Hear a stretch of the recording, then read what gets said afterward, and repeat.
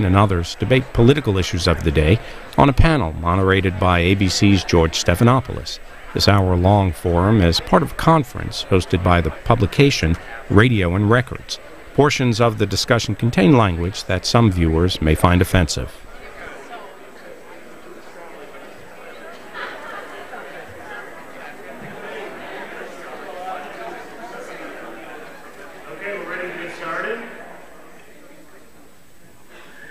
First, quick announcement. If you stop by the All Pro Dad radio booth, which is right outside, and put your business card in, they're going to be awarding several copies of Tony Dungy's book, which is an excellent read, so I recommend doing that.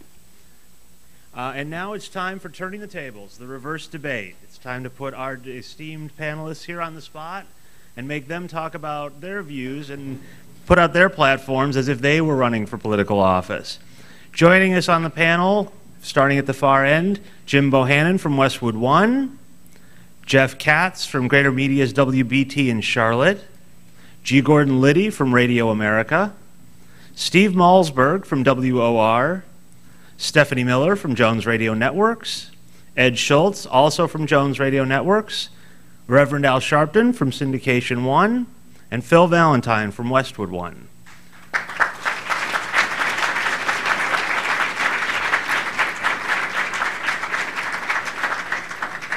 And taking on the challenge of moderating this unruly bunch, please welcome George Stephanopoulos from ABC News. Thank you, Mike. Somehow, I don't think it's a challenge to moderate this bunch. I can just throw out one question and then I'll walk away for an hour, see what happens. And I'm not sure we want to get Al Sharpton back into a presidential race this soon. But I do want to start with something on the Democratic side. So let me bring Stephanie, Ed, and Reverend Al in on this. Big front page headline in USA Today this morning. Dems worried about tearing the party apart. And kind of what sparked it this week, and it seems like we have a resignation a week, but what sparked it this week were those comments by Geraldine Ferraro. And Stephanie, I know you're mama for Obama. Geraldine Ferraro does not apologize for what she said. She said basically Barack Obama wouldn't be where he is today if he were white. She also said that at the end of this flurry of news that the Obama campaign was playing the race card. How do you respond to that? Well, I think Reverend Al can probably speak more eloquently than I can to how what a huge advantage being black has historically been in our country. I think he can speak. Well, it worked for him 4 years ago, right? The plight of the white man in this country is something that is not addressed enough, George.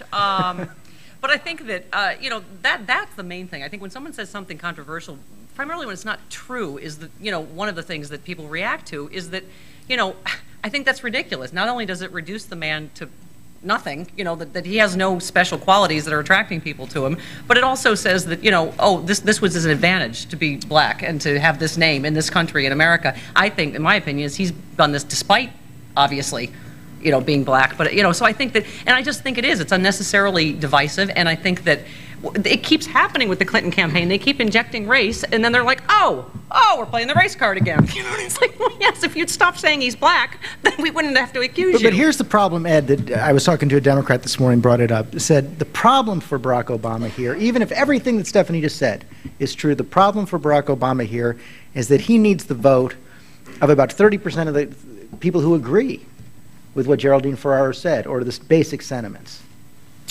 Well, I don't think that what Geraldine Ferraro said is really being embraced by too many people. So I don't think that, she has much of an influence. She really represents Hillary Clinton's strongest base, older white women. And how relevant is she at this point? I think that Senator Obama handled it about as good as you can handle it by taking the high road. And I think that's the attraction of Obama right now. He always seems to be able to maintain his poise and take the higher road.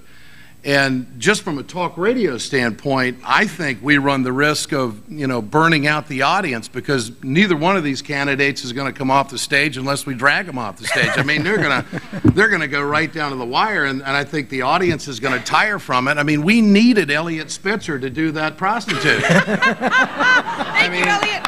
You know, we really did. And if we can talk the other 49 governors to do it, we're really going to be in business. So, you know, stay tuned. Oh, a good hooker scandal is so bipartisan, isn't it? Go ahead.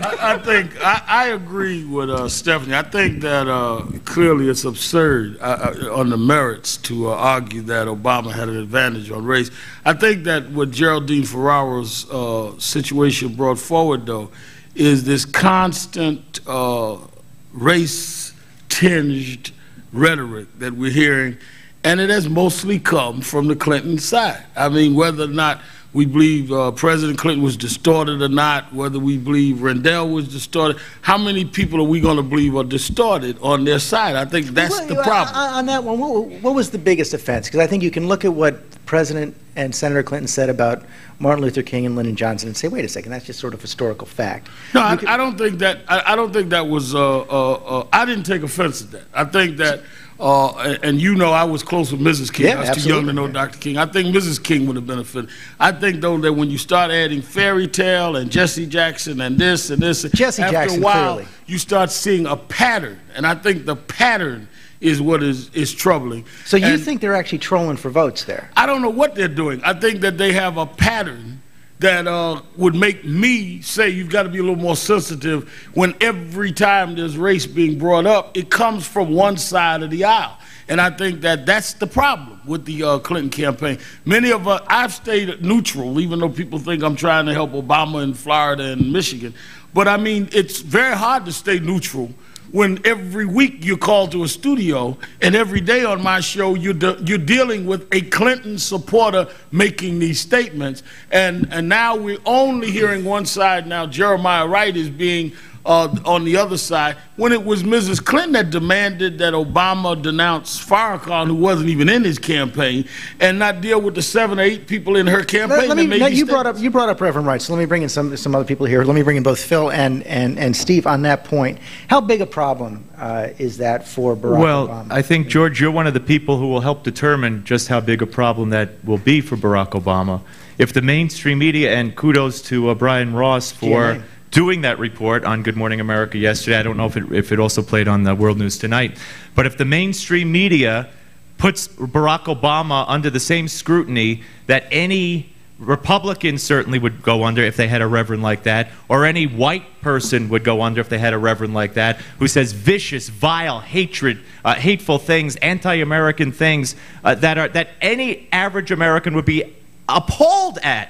But the average American doesn't know about this. Talk radio doesn't reach everybody, and only from what I know, ABC has touched it as far as the mainstream media. So it's up to you, George. But if it gets, what about Pastor Hagee? Yeah. All right, let me tell you, that's not his pastor. No, but that's not his pastor. Wait, excuse me. No, but he'll take those votes. He wasn't there for 20 years as his confidant and his friend and his advisor. John McCain saying, if Pastor Hagee's comments offended anyone, oh no, we like having our religion called a giant whore.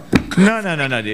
You're talking about worse women, George. Supports him as opposed to his Steve, finish up, then let me get Phil in there, and then you, Reverend Al. Someone who says, I endorse McCain, that McCain has no link to, compared to a friend, a confidant, an advisor. He brings his kids to that church, and for 20 years he sat in that church and listened to this garbage. There's no analogy to be made between Hagee and Wright, please. Oh, you're right. He's right. He's the right. way he insults the Arabs, absolutely there is. As the only minister on the platform, among other things, let me say something. I think he's right. It's worse because McCain could have easily avoided Hagee and didn't. Whereas Barack Obama, there's no evidence that he was around when any of this was said in church. But here's a guy that McCain. Can I finish? Well, I don't sit up every day reading every website of every church that I preach. They're putting those ideas forth as a representation of the church.